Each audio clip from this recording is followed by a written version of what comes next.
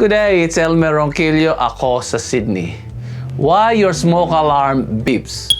Watch this video and I will teach you how to fix it. And don't forget to subscribe. Thank you.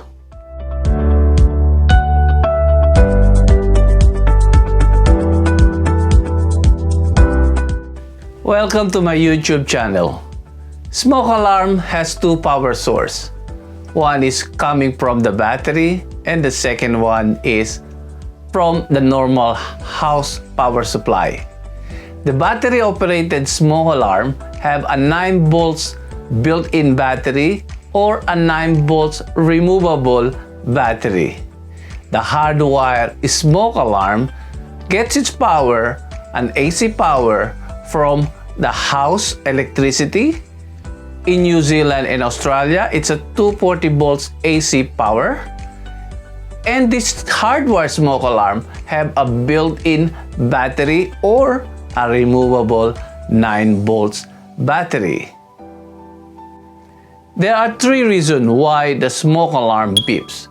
The first one is the battery power is low and you need to change the battery.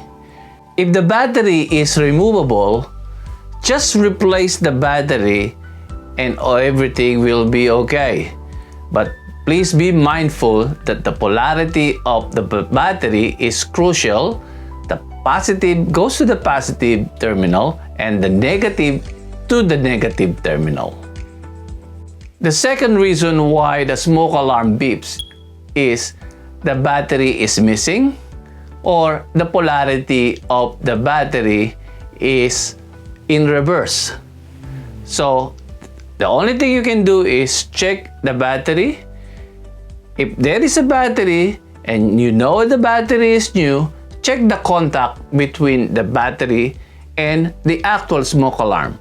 They possibly are not connecting to each other. And if the battery of the smoke alarm is it's reversed, all you have to do is do the other way around and everything will be okay. However, if everything is good, the battery is new, the contact is good, and it still continue beeping, you had no choice but to replace the smoke alarm. It is already faulty. The third reason why the smoke alarm continue beeping is there is no power in the smoke alarm. And the battery is low. The first thing you have to do is push the smoke alarm upward a bit. If the green light switch on, that means it's just a loose contact between the smoke alarm base and the smoke alarm head. Replace the battery and then push it in again, lock it up, and if the AC green light continues to be on, you'll be fine. If it's continue beeping with the battery in it, a new battery, and the green light is on, you have no choice but to replace the smoke alarm.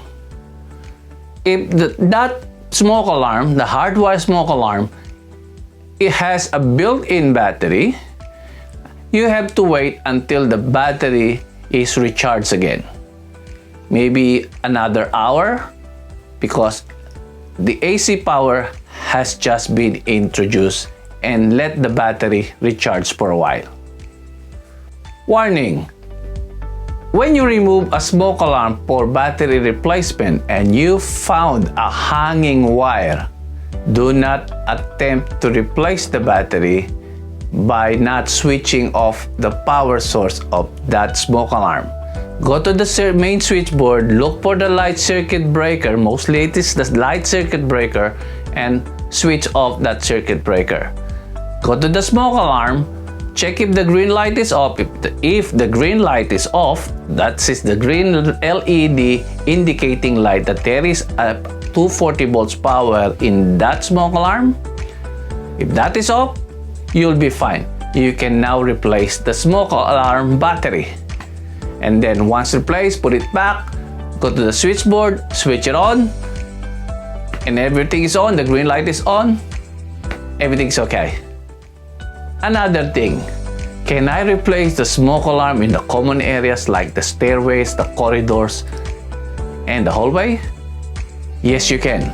But you have to confirm and make sure that there is no fire alarm panel in the building. Those smoke alarms may accidentally activate if you replace the battery. And you don't want the fire alarm panel to activate because if it's connected to the fire brigade, you might bring the fire brigade.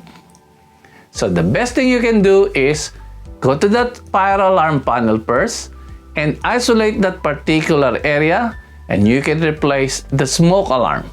But if you don't know, I think you better call a technician to isolate that zone for you. However, if there is no connection, there is no fire panel in the building, you can replace the smoke alarm battery with no problem. And don't worry, if you accidentally activate one of the smoke alarm, the other smoke alarm will activate too because they are interconnected. That's 100%. But they reset itself. And then all the noise will go. You'll be fine.